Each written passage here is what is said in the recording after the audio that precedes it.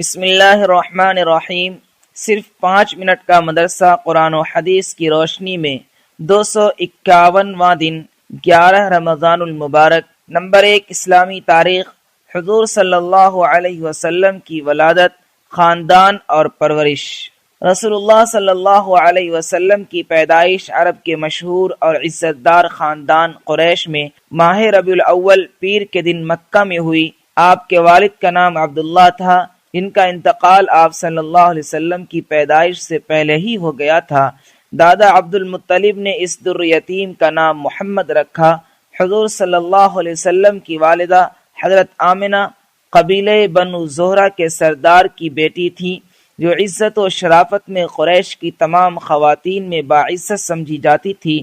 عرب کے دستور کے مطابق جب بھی کوئی بچہ پیدا ہوتا تھا تو اس کو دودھ پلانے کے لیے کسی دائی کے حوالے کر دیا جاتا تھا۔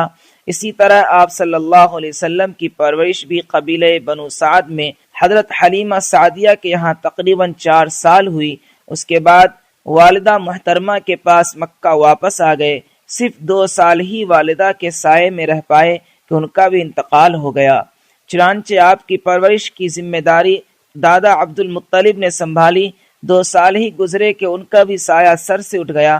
اس وقت آپ صلی اللہ علیہ وسلم کی عمر تقریباً 8 سال تھی۔ پھر آپ کی دیکھ بھال اور پرورش کی ذمہ داری حقیقی چچا ابو طالب کے سر آئی۔ نمبر 2، اللہ کی قدرت۔ انسان کی پیدائش۔ انسان کی پیدائش میں اللہ تعالیٰ کی ایک بڑی قدرت یہ ہے کہ اس نے ایک ایسی جگہ بنائی جہاں نہ تو ہوا کا انتظام ہے نہ روشنی کا۔ اس کے باوجود اللہ تعالیٰ 3 اندھیریوں میں بچے کو پالتا ہے۔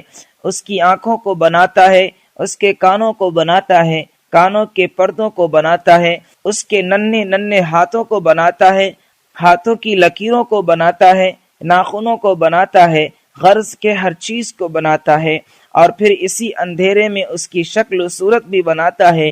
اللہ تعالیٰ نے قرآن میں فرمایا، اور وہی وہ ذات ہے جو رحم یعنی پیٹ میں تمہاری اسی شکل و صورت کو بناتا ہے۔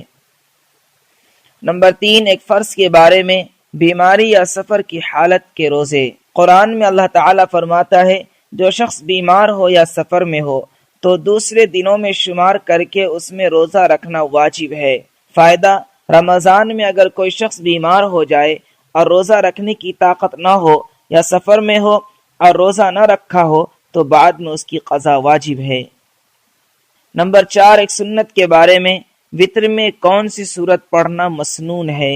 رسول اللہ صلی اللہ علیہ وسلم وتر کی پہلی رکعت میں سبح اسم ربک الاعلی، دوسری میں قل یا ایھا الکافرون اور تیسری میں قل ھو اللہ احد پڑھتے تھے۔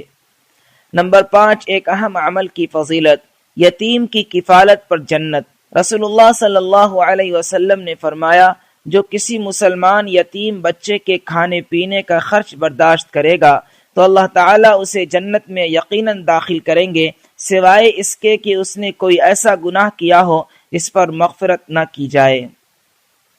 نمبر 6، ایک گناہ کے بارے میں، غیبت کرنے کا عذاب۔ رسول اللہ صلی اللہ علیہ وسلم نے فرمایا، جب مجھے معراج کرائی گئی تو میرا گزر کچھ ایسے لوگوں پر ہوا جس کے ناخن سرخ تانبے جیسے تھے، جن سے وہ اپنے چہروں اور اپنے سینوں کو نوچ نوچ کر زخمی کر رہے تھے۔ میں نے جبرائیل علیہ السلام سے پوچھا، یہ کون لوگ ہیں جو ایسے سخت عذاب میں مبتلا ہیں؟ جبرائیل علیہ السلام نے بتایا، یہ وہ لوگ ہیں جو زندگی میں لوگوں کے گوشت کھایا کرتے تھے، یعنی غیبت کیا کرتے تھے اور ان کی عزت سے کھیلتے تھے۔ نمبر 7، دنیا کے بارے میں، دنیا کو مقصد نہ بنانا۔ رسول اللہ صلی اللہ علیہ وسلم نے فرمایا، جس شخص کا مقصد دنیا کمانا ہو اور وہ اسی کے لیے سفر کرتا ہو، اسی کا خیال دل میں رہتا ہو، تو اللہ تعالیٰ غریبی اور بھوک کا ڈر اس کی آنکھوں کے سامنے کر دیتے ہیں۔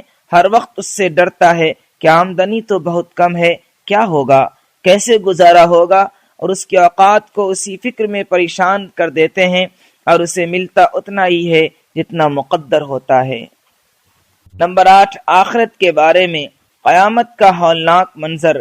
قرآن میں اللہ تعالیٰ فرماتا ہے، اے لوگو، اپنے رب سے ڈرو، بے شک قیامت کا زلزلہ بڑی ہی ہولناک چیز ہے۔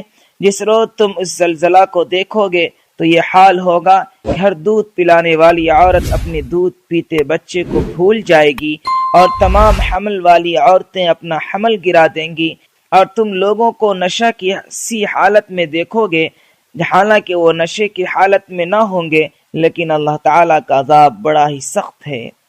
نمبر 9، طب نبوی سے علاج، تلبینہ سے علاج۔ حضرت عائشہ رضی اللہ عنہ بیمار کے لیے تلبینہ تیار کرنے کا حکم دیتی تھی اور فرماتی تھی کہ میں نے رسول اللہ صلی اللہ علیہ وسلم کو فرماتے ہوئے سنا کہ تلبینہ بیمار کے دل کو سکون پہنچاتا ہے اور رنج و غم کو دور کرتا ہے۔ فائدہ: جو کو کوٹ کر دودھ میں پکانے کے بعد مٹھاس کے لیے اس میں شہد ڈالا جاتا ہے، جسے تلبینہ کہتے ہیں۔ نمبر 10، قرآن کی نصیحت۔ قرآن میں اللہ تعالیٰ فرماتا ہے، اگر کسی بات پر تم میں اختلاف ہو جائے تو اللہ اور اس کے رسول کے حکم کی طرف رجوع کرو۔ اگر تم اللہ اور قیامت کے دن پر ایمان رکھتے ہو تو یہ طریقہ تمہارے لیے بہتر ہے اور اچھا بھی ہے۔